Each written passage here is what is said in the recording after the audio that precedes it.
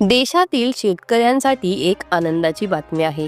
यंदा देशात सरासरीपेक्षा जास्त पाऊस पडणार असल्याचा अंदाज भारतीय हवामान खात्याने वर्तवला आहे.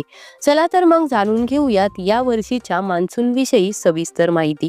हवामान खात्याच्या अंदाजानुसार यंदा देशात 105% पाऊस म्हणजेच सरासरीपेक्षा जास्त पाऊस होणार आहे. विशेष म्हणजे एल निनोचा धोका यंदा नाही, त्यामुळे मान्सून सामान्य वेळेवर आणि जोरात येण्याची शक्यता आहे.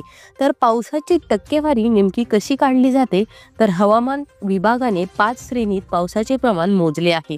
90% पेक्षा कमी म्हणजेच अपुरा पाऊस, 90 ते 95% म्हणजे सरासरीपेक्षा कमी पाऊस, 96 ते 104% म्हणजे सरासरी इतका पाऊस, तर 105 ते 110% म्हणजे सरासरीपेक्षा जास्त पाऊस, 110 पेक्षा अधिक म्हणजेच अति पावसाचे लक्षण आहे. 1 जून रोजी केरळमध्ये मान्सूनचे आगमन होणार असून त्यानंतर काही दिवसातच तो मुंबई आणि महाराष्ट्रात दाखल होतो.